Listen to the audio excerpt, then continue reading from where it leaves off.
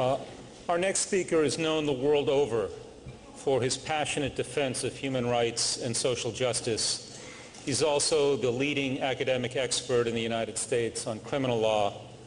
He's on the faculty of the Harvard Law School. Please welcome Professor Alen Dershowitz.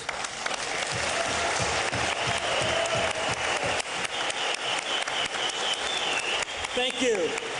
What an absolute honor and responsibility it is to be here today to participate with Mrs. Rajavi, with the members of the panel, and with you in helping to save human lives. What a privilege that is. The Talmud and the Quran both say that he who saves a single human life, it is as if they have saved the world. We are here to save lives. As human rights advocates, we generally get to become involved only after tragedies have occurred to bring people to justice. Here we have an opportunity to prevent a terrible injustice. There's good news and there's bad news, as we've heard from many of the panelists. Let me start with the good news. I've been involved in human rights advocacy for 50 years now. And in all of my involvement, I have never seen a more effective example of preventive human rights advocacy than what we have before us today. On paper, this has worked better than any other human rights project I have ever observed or been involved in. Just think about the progress that's been made over the past year.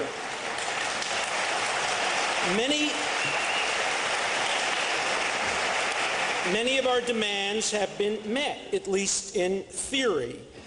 Our efforts have now reached the highest level. In the State Department, I had the privilege of actually speaking to the President of the United States, President Obama, recently about this matter.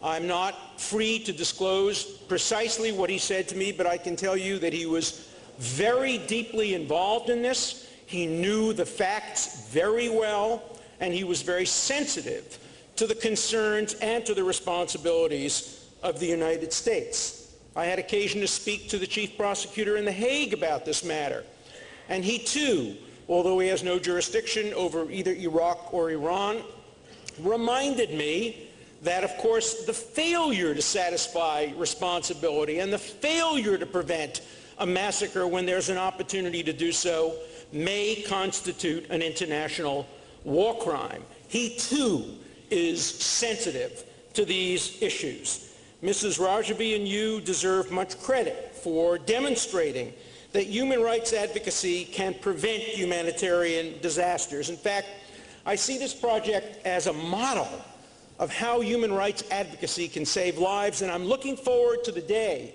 when I can invite Mrs. Rajavi to the United States to speak to my class at Harvard Law School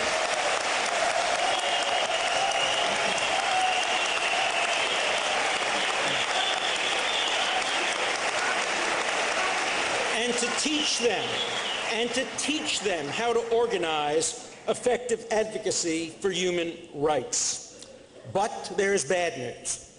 And the bad news is the new reality in Iraq, reflected by headlines in today's International Herald Tribune. According to Iraqi militants, Prime Minister welcomes group with close ties to Iran and a violent record. The Shiite government of Prime Minister Maliki is welcoming the militant group into Iraq's political system, the militant group Asaib al-Haq, which is a surrogate for Iran. We simply cannot trust the current Iraqi government to protect the 3,000 and more people at Camp Ashraf. We just can't trust them.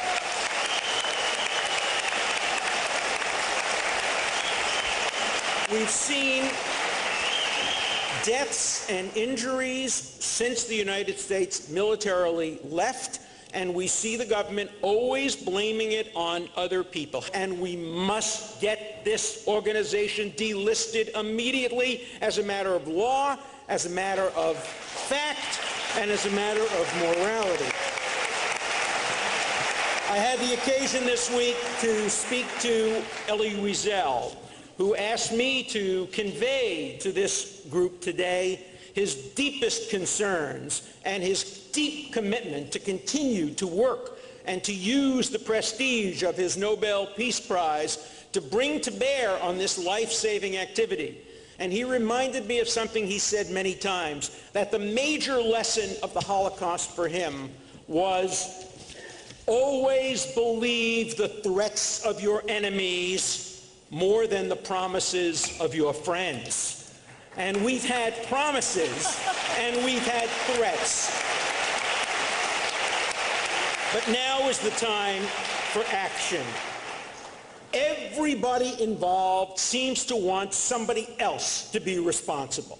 Whenever you speak to the State Department, they say, no, no, no, it has to be done by the Justice Department. The Justice Department says the State Department. The UN says the United States government. The United States government says the Iraqi government. Responsibility stops with the United States government. It is the body that made the promise. It's the body that disarmed the residents, and it is responsible, legally and morally. It has been said that all that is necessary for evil to triumph is for good people to do nothing. That's not what the Bible says. The Bible says, do not stand idly by the blood of your neighbors. The people in Camp Ashraf are our neighbors. They are our brothers and sisters. We must not stand idly by. We must not do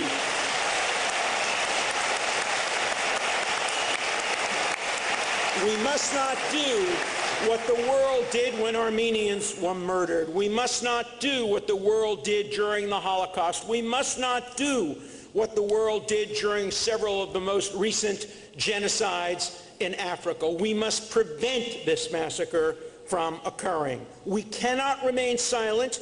We must continue to have our voices heard. I was thrilled to hear that such distinguished former government officials actually protested in front of the White House. What a message that sends. How important this issue is to the world today. And we must continue to have our voices heard. As human rights lawyers and as monitors, we must be allowed to go to Iraq and actually observe and monitor the transfer to make sure that it's done right.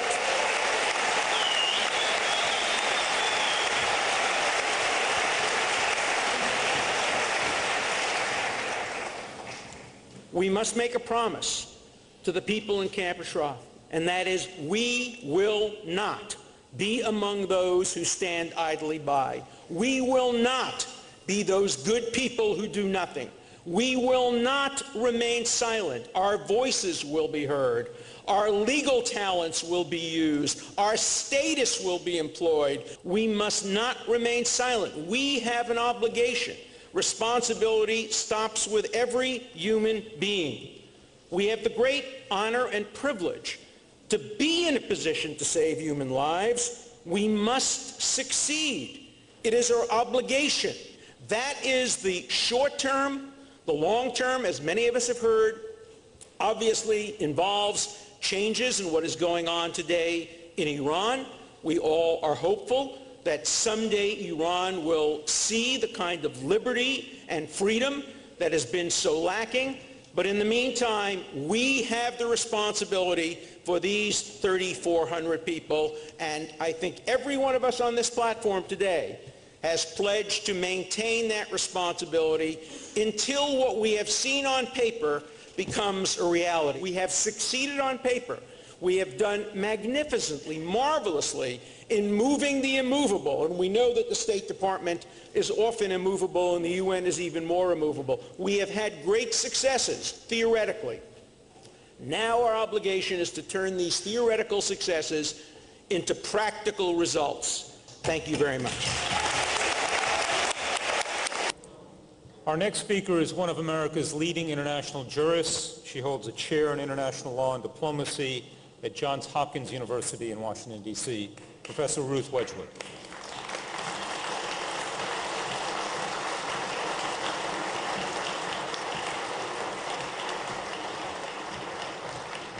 And now you know why I like military guys, because they have leadership and fortitude and rigor and guts. So I do think that the testimony of people who've actually been at Ashraf should be taken with great weight by Americans and American government.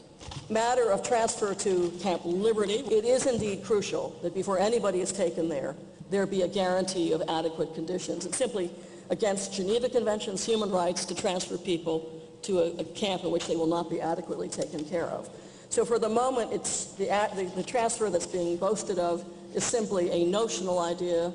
It's a theory. It's not a practice. And it's up to Martin Kobler and the U.S. and others to guarantee that there are adequate living conditions. Finally, I do agree this really is ultimately about Iran and its influence in the region, and part of the paralysis at the State Department, I think, comes from their quixity and quiddity and doubt as to what to do about Iran. The irresistible force, the immovable problem, Straits of Hormuz, control of Hezbollah, control of Syria. But the point that has to be made to them in the short term is that the issues can be addressed separately.